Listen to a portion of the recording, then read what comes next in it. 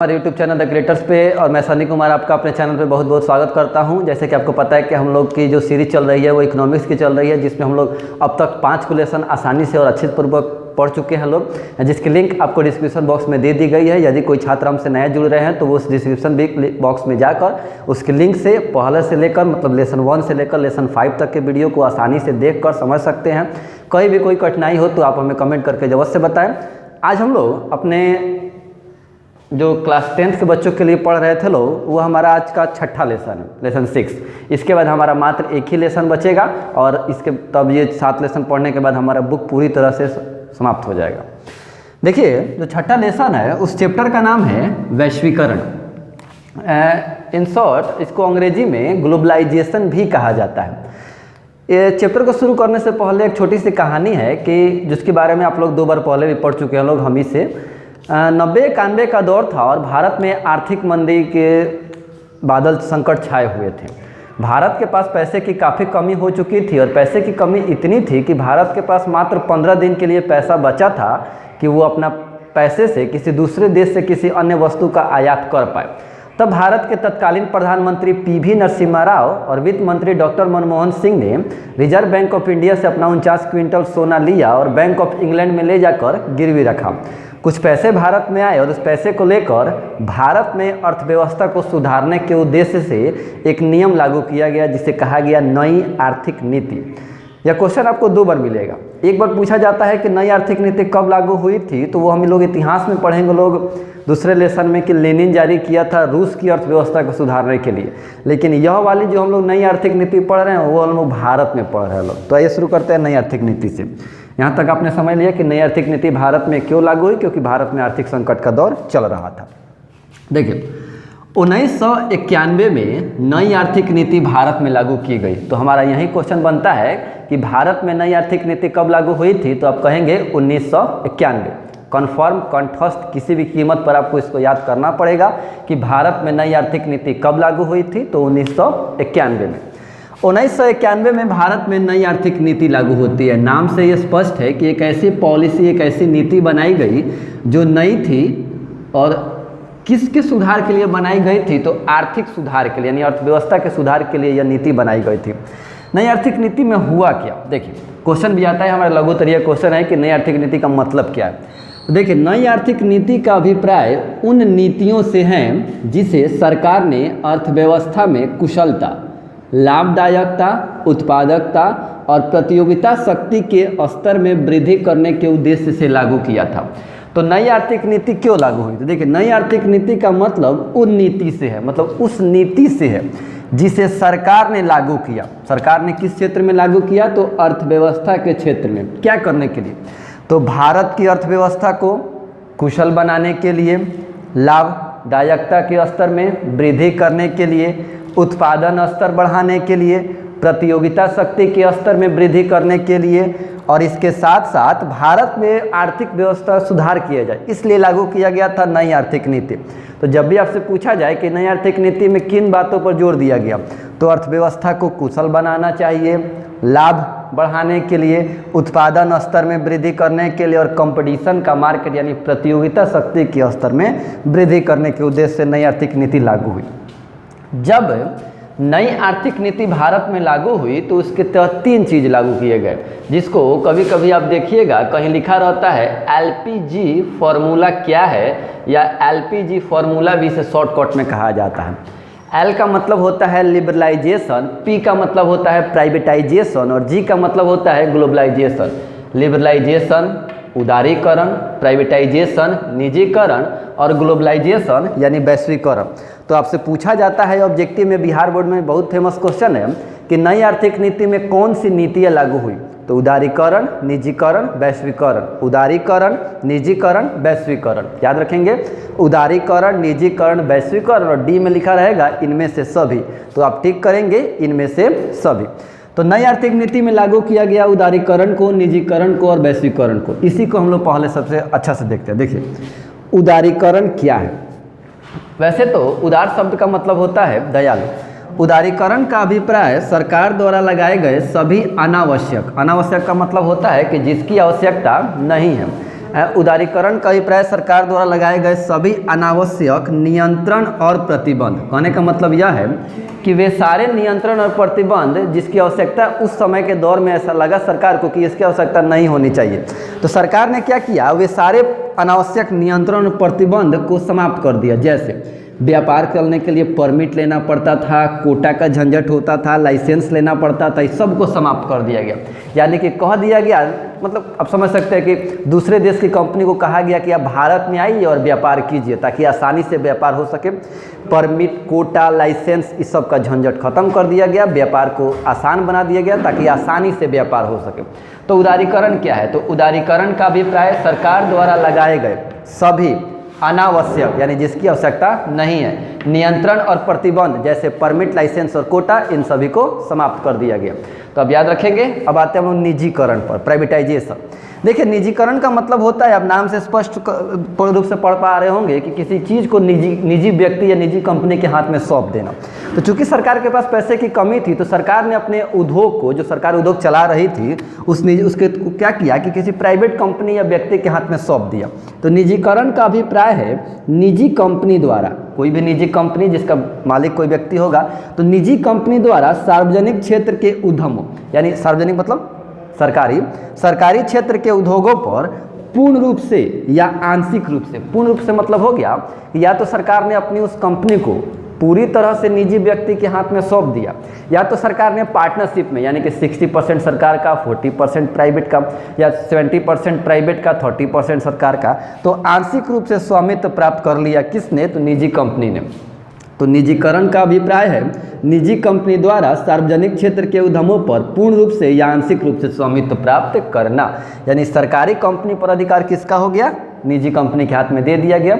आप इसको ऐसे समझ सकते हैं कि हम कोई स्कूल चला रहे हैं, प्राइवेट स्कूल चला रहे थे, हमसे वो स्कूल नहीं चल पा रहा है, हमें लॉस हो रहा है, तो सरकार को स्कूल चला रही है, सरकार को उससे लॉस हो रहा है, सरकार कोई कंपनी चला रही है, सरकार को उससे लॉस हो रहा है, सरकार उससे घाटा का सामना कर रही है, तो सरकार क्या करती है, उसे निजी व्यक्ति के हाथ में या तो पूर्ण रूप से दे देती है या 50-50 पार्टनरशिप पर रख लेती है, उसे ही कहा जाएगा निजीकरण।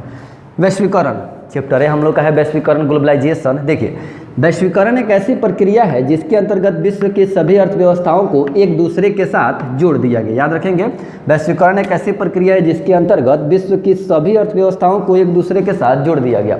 ये हमने पहले ही पढ़ा था कि विश्व में मुख्यतः 3 प्रकार की अर्थव्यवस्था होती है, एक समाजवादी, एक पूंजीवादी और एक मिश्रित अर्थव्यवस्था। वैश्वीकरण के बाद क्या हुआ कि विश्व की कोई भी देश वो पूर्णतः समाजवादी और पूर्णतः पूंजीवादी नहीं रहा। ऐसा कह दिया गया कि किसी भी देश में वस्तु का, सेवा यानी नौकरी का, पूंजी यानी पैसे का, श्रम यानी कि लोगों के काम करने का, और प्रौद्योगिकी यानी टेक्नोलॉजी का निर्बाध यानी बिना किसी बाधा के प्रवाह हो सके। यानी कि भारत को आवश्यकता पड़े तो भारत चीन में जाकर व्यापार कर सकता है और चीन की आवश्यकता पड़े तो चीन भारत में आकर व्यापार कर सकता है। ये सब किस कारण संभव हो पाया, वैश्वीकरण के कारण। जैसे कि आप समझ सकते हैं कि जो सैमसंग कंपनी है, दक्षिण कोरिया कंपनी, अपने वस्तु का उत्पादन दक्षिण कोरिया में न करके चाइना में कर रही है। किसके कारण, तो वैश्वीकरण के कारण। इससे फायदा यह भी हुआ कि किसी भी वस्तु का, सेवा का, पूंजी का, श्रम, प्रौद्योगिकी यानी टेक्नोलॉजी का बिना किसी बाधा के एक देश से दूसरे देश में आदान प्रदान यानी उत्पादन, व्यापार हो पाया।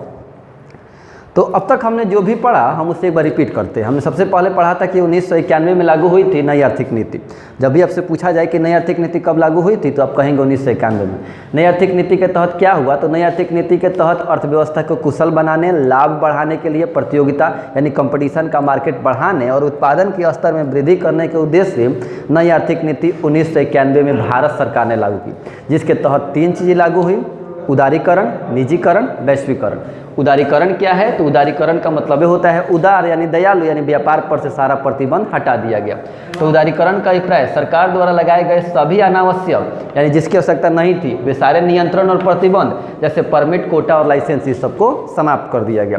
निजीकरण क्या है, तो निजीकरण के तहत निजी कंपनी द्वारा सार्वजनिक क्षेत्र के उद्यमों पर यानी उद्योगों पर पूर्ण रूप से या आंशिक रूप से अधिकार हो गया। किसका अधिकार हो गया, निजी कंपनी का। किस पर, तो सार्वजनिक यानी सरकारी क्षेत्र के उद्योग पर। और वैश्वीकरण एक ऐसी प्रक्रिया है जिसके अंतर्गत विश्व की सभी अर्थव्यवस्थाओं को एक दूसरे के साथ जोड़ दिया गया, जिससे वस्तु, सेवा, पूंजी, श्रम, प्रौद्योगिकी का निर्बाध रूप से प्रवाह हो सका। आप लघु तरीके का यह 3 और 4 हमने मतलब कहिए कि 1 2 3 4 यह चारों क्वेश्चन हमें लघु तरीके में पढ़ना भी है, तो आप इसका एक स्क्रीनशॉट ले लीजिए और अच्छे तरीके से इसे आप लोग याद भी कर लीजिएगा। लगभग ये जो 4 हम क्वेश्चन आपके सामने बोर्ड पर लिखा हुआ है, यह हर साल बोर्ड में रिपीट भी किए जाते हैं। तो पहले आप स्क्रीनशॉट ले लीजिए, फिर हम लोग आते हैं वैश्वीकरण के आगे के टॉपिक पर।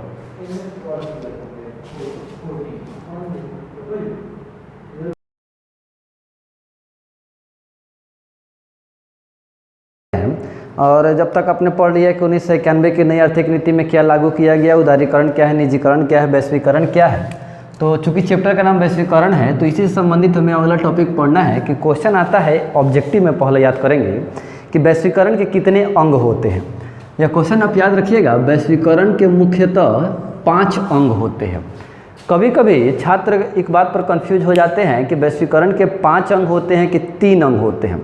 अब सोचिए आपके दिमाग में आ रहा होगा 3 क्यों। तो 3 कभी कभी दिमाग में आता है, उदारीकरण, निजीकरण, वैश्वीकरण।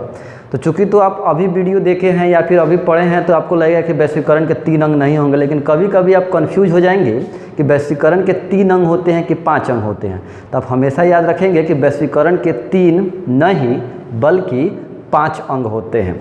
और 3 अंग किसके होते हैं, तो वो नई आर्थिक नीति का था। मैंने पूछा जाए कि नई आर्थिक नीति कितने अंग है, तो वो 3, उदारीकरण, निजीकरण और वैश्वीकरण। देखिए वैश्वीकरण के अंग कितने हो गए, तो 5। अब इसी को डील करते हैं हम लोग। वैश्वीकरण का पहला अंग और पहला फायदा, व्यवसाय और व्यापार संबंधी अवरोध में कमी। कहने का मतलब है कि व्यवसाय करने और व्यापार करने में जो भी अवरोध पहले आते थे 1991 से पहले, वे सारे अवरोध अब समाप्त हो गए। यानी कि किसी भी देश का व्यक्ति किसी भी देश में व्यवसाय और व्यापार को आसानी से बढ़ावा दे सकता है, बढ़ा सकता है। पूंजी का निर्बाध प्रवाह। पूंजी का निर्बाध प्रवाह का मतलब किसी भी व्यक्ति का जो पैसा है, किसी कंपनी का जो पैसा है, वो बिना किसी बाधा के किसी भी देश में निवेश किया जा सकता है। प्रौद्योगिकी। प्रौद्योगिकी शब्द सुनने में थोड़ा सा अजीब लगता है, लेकिन अगर आपने टेक्नोलॉजी शब्द सुना है तो आप प्रौद्योगिकी से पहले से वाकिफ़ है। तो प्रौद्योगिकी का मतलब हो गया टेक्नोलॉजी। टेक्नोलॉजी का निर्बाध प्रवाह, यानी बिना किसी बाधा के किसी दूसरे देश की टेक्नोलॉजी हमारे यहाँ और हमारे यहाँ की टेक्नोलॉजी किसी दूसरे देश में जा सकती है। जैसे 5G जो कि 2022 तक भारत में लॉन्च हो जाएगा और विश्व स्तर पर काम करने लगेगा, तो किसी दूसरे देश का 5G पूरे विश्व में, और भारत भी है जो बहुत सारे उपग्रह को, दूसरे देशों के उपग्रह को अपने यहाँ से प्रक्षेपित करता है, तो दूसरे जगह जाकर उसको एडॉप्ट किया जाता है। श्रम। आपको याद होगा श्रम 2 प्रकार के होते हैं, एक मानसिक और शारीरिक श्रम। तो श्रम का भी निर्बाध प्रवाह हो सकता है, यानी कि किसी दूसरे देश का व्यक्ति हमारे यहाँ और हमारे यहाँ का व्यक्ति किसी दूसरे देश में काम कर सकता है। पूंजी की पूर्ण परिवर्तनशीलता। कहने का मतलब यह है कि जो भी संपत्ति है, जो भी पैसा है, जो भी पूंजी है, वो आसानी से परिवर्तित होकर किसी भी देश में निवेश हो सकती है। भारत का रुपया चीन में निवेश किया जा सकता है और चीन की मुद्रा को भारत में निवेश किया जा सकता है, या फिर भारत की मुद्रा को अमेरिका में और अमेरिका की मुद्रा को भारत में निवेश किया जा सकता है। तो वैश्वीकरण के कितने अंग होते हैं, याद रखेंगे 3 नहीं बल्कि 5 अंग होते हैं। नई आर्थिक नीति के कितने अंग हैं, तो वो होते हैं 3। वैश्वीकरण के 5 अंग। पहला, व्यवसाय और व्यापार संबंधी अवरोध में कमी। व्यवसाय और व्यापार संबंधी अवरोध में कमी। दूसरा, पूंजी का निर्बाध प्रवाह, यानी पैसा बिना किसी बाधा के आसानी से प्रवाह हो पाएगा। प्रौद्योगिकी यानी टेक्नोलॉजी का निर्बाध प्रवाह। श्रम यानी कि लोगों के काम करने का निर्बाध प्रवाह, बिना किसी बाधा के कोई भी इंजीनियर, डॉक्टर किसी भी देश में काम कर सकता है। और पूंजी जो है पूर्ण रूप से परिवर्तनशील है, कहीं भी किसी भी देश में आसानी से काम हो सकता है उससे। बहुराष्ट्रीय कंपनी। इससे पहले हमने 5वें लेसन में भी पढ़ा था कि वह कंपनी जो एक से अधिक देशों में अपने वस्तु का उत्पादन और व्यापार करती हो, उसे बहुराष्ट्रीय कंपनी कहते हैं। आपको याद होगा जैसे हमने पढ़ा था कि Samsung, Nokia, Coca Cola, Realme, Tata Motors, ये सारी वे कंपनियां हैं जो एक से अधिक देशों में अपने वस्तु का उत्पादन और व्यापार करती हैं। तो वे सारी कंपनी क्या कहलाएंगे, बहुराष्ट्रीय कंपनी। इसको भी आप याद करेंगे लघुतरीय में, यह भी बहुत इंपॉर्टेंट क्वेश्चन है। वह कंपनी जो एक से अधिक देशों में अपने वस्तु का उत्पादन और व्यापार करती हो, उसे बहुराष्ट्रीय कंपनी कहते हैं।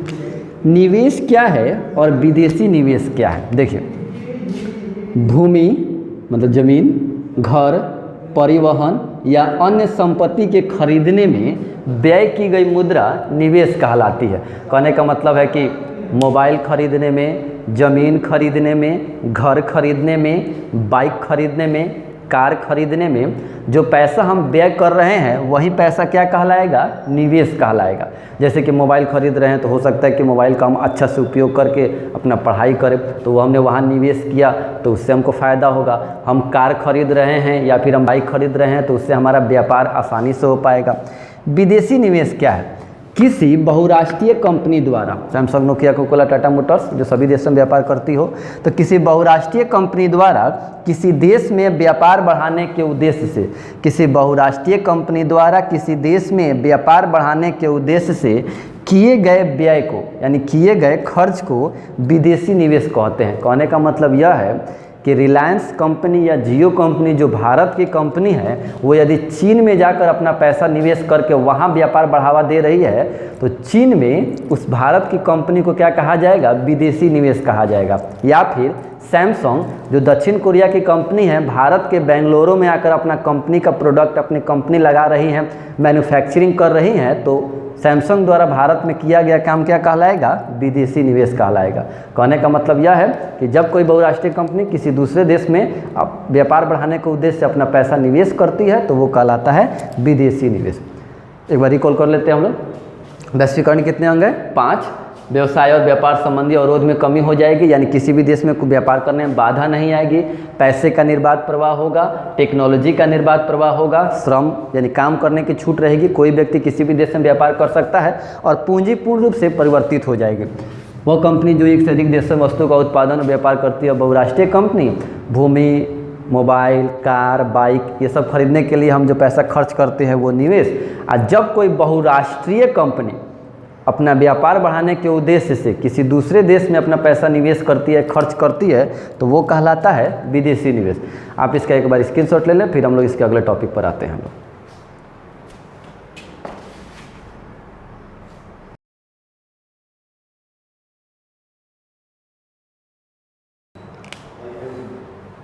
तो हम लोग अपने अगले टॉपिक पर आते हैं। अब तक आपने अच्छे से वीडियो को समझ लिया हो तो कृपया वीडियो को लाइक, सब्सक्राइब और शेयर करना ना भूलें। आप कमेंट नहीं करते हैं लोग, तो कमेंट जरूर करके बताएं कि आपको वीडियो कैसा लगा। अगले टॉपिक को हम आते हैं। तो देखिए, टॉपिक लिखा हुआ है कि वैश्वीकरण की प्रक्रिया में बहुराष्ट्रीय कंपनी की भूमिका बताएं। मतलब कि वैश्वीकरण एक ऐसी प्रक्रिया जिसके अंतर्गत विश्व की सभी अर्थव्यवस्थाओं को एक दूसरे के साथ जोड़ दिया गया। तो वह जो वैश्वीकरण की प्रक्रिया है उसमें बहुराष्ट्रीय कंपनी का क्या योगदान है। तो अब तक हमने वही पढ़ा है कि वह कंपनी जो एक से अधिक देशों में अपने वस्तु का उत्पादन और व्यापार करती हो उसे बहुराष्ट्रीय कंपनी कहते हैं। दोनों शब्द के आंसर आपको पहले से पढ़े हुए हैं कि वह प्रक्रिया जिसके अंतर्गत विश्व की सभी अर्थव्यवस्थाओं को एक दूसरे के साथ जोड़ दिया जाए वो वैश्वीकरण, और वह कंपनी जो एक से अधिक देशों में अपने वस्तु का उत्पादन और व्यापार करती हो उसे बहुराष्ट्रीय कंपनी कहते हैं। देखिए, बहुराष्ट्रीय कंपनियां वैश्वीकरण को कैसे बढ़ावा दे रही हैं। तो बहुराष्ट्रीय कंपनियां उन देशों में अपनी पूंजी लगा रही हैं, उन देशों में अपनी पूंजी को निवेश कर रही हैं जहां उन्हें सस्ता श्रम, प्रौद्योगिकी,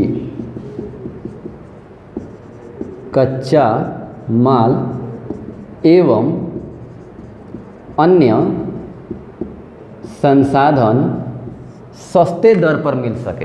कहने का मतलब यह है कि ये सारी बहुराष्ट्रीय कंपनियां उन देशों में अर्थात वैसे देशों में अपनी पूंजी लगा रही हैं जहां उन्हें सस्ता श्रम यानी मजदूर, वर्कर, इंजीनियर जो भी हो वो सस्ता मिल सके, प्रौद्योगिकी, टेक्नोलॉजी सस्ती मिल सके, कच्चा माल सस्ता हो सके, और जो भी संसाधन उन्हें चाहिए वो उन्हें सस्ते दर पर मिल सके। इससे फ़ायदा यह होगा कि वे कंपनी जिस वस्तु को बना रही हैं उस वस्तु को बनाने में उनका लागत कम होगा, यानी कि वो अगर कम पैसे में उस वस्तु को बनाएंगे तो उन्हें लाभ ज़्यादा होगा। यानी कि अगर किसी वस्तु को बनाने में हमें 100 रुपये लग रहा था, हम उस 150 में बेच रहे थे, अगर 80 में उस वस्तु को हम बना लेंगे तो हमें लाभ तो हमें पहले 50 हो रहा था, अब 70 होगा। तो बहुराष्ट्रीय कंपनियां वैश्वीकरण को इसलिए बढ़ावा दे रही हैं क्योंकि वह उन देशों में अपना पूंजी निवेश कर रही हैं जहां उन्हें सस्ता श्रम, प्रौद्योगिकी, कच्चा माल और अन्य संसाधन सस्ते दर पर मिल सके। बहुराष्ट्रीय कंपनियां वैश्वीकरण को बढ़ावा देने के लिए जिस प्रक्रिया का प्रयोग कर रही हैं हैं वो कहलाता है आउटसोर्सिंग। आप याद रखेंगे कि बहुराष्ट्रीय कंपनियां वैश्वीकरण को बढ़ावा देने के लिए किस प्रक्रिया पर, किस सिद्धांत पर कार्य कर रही हैं, तो आउटसोर्सिंग। आउटसोर्सिंग के बारे में हमने पिछले चैप्टर में पढ़ा था कि एक ऐसी प्रक्रिया जिसके अंतर्गत कोई भी बहुराष्ट्रीय कंपनी अपने वस्तु का उत्पादन अपने स्वयं के देश में न करके किसी दूसरे देश में करती है। जैसे आपको एग्जाम्पल हम पुनः दे देते हैं, जैसे भारत की एक कंपनी है डाबर, यह अपने वस्तु का उत्पादन भारत में न करके कहाँ करती है, तो नेपाल में, क्योंकि इसे जंगल ज़्यादा है वहाँ पर, तो कच्चे संसाधन सस्ते दर पर मिल सके। जैसे कि सैमसंग दक्षिण कोरियाई कंपनी अपने वस्तु का उत्पादन भारत में न करके चाइना, दक्षिण कोरिया, वियतनाम, इस सब देशों में अधिक करती है। तो आउटसोर्सिंग आपने पहले से पढ़ लिया। तो वैश्वीकरण की प्रक्रिया में बहुराष्ट्रीय कंपनी की क्या भूमिका है, तो हम कहेंगे कि वैश्वीकरण की प्रक्रिया में बहुराष्ट्रीय कंपनी की काफ़ी अहम भूमिका है। ये बहुराष्ट्रीय कंपनियां उन देशों में अपनी पूंजी निवेश करती हैं जहां उन्हें श्रम सस्ता दर पर मिल सके, जहां उन्हें प्रौद्योगिकी टेक्नोलॉजी सस्ता मिल सके, जहां उन्हें वर्कर सस्ता मिल सके, जहां उन्हें अन्य संसाधन सस्ते दर पर मिल सके, ताकि वो कम से कम खर्च में उस वस्तु को बनाएं और ज़्यादा से ज़्यादा लाभ कमा सके।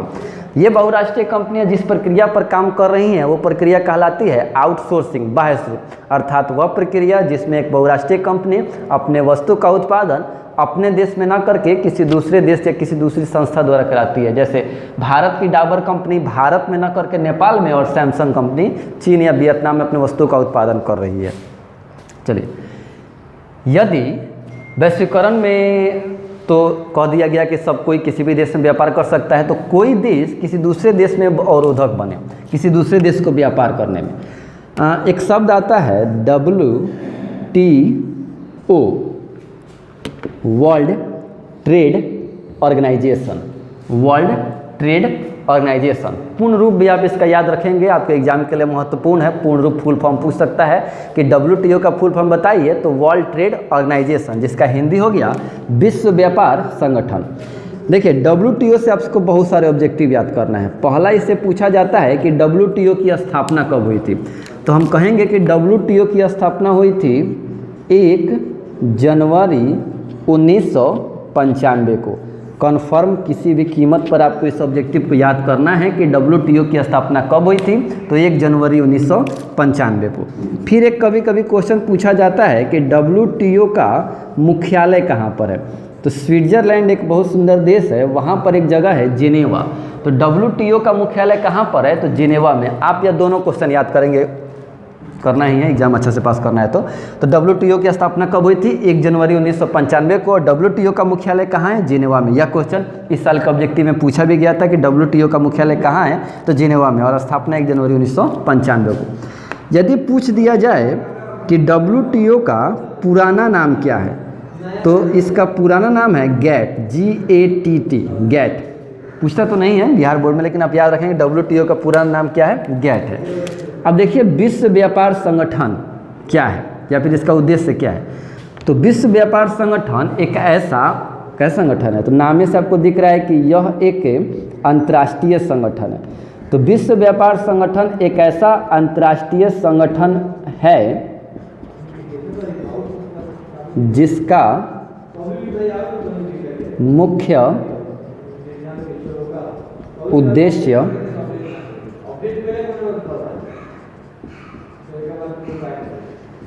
अंतर्राष्ट्रीय व्यापार को उदार बनाना। देखिए, उदार शब्द का मतलब हमने इससे पहले ही पढ़ा था उदारीकरण में, यानी किसी भी देश को किसी भी देश में व्यापार करना हो तो कठिनाई का सामना न करना पड़े।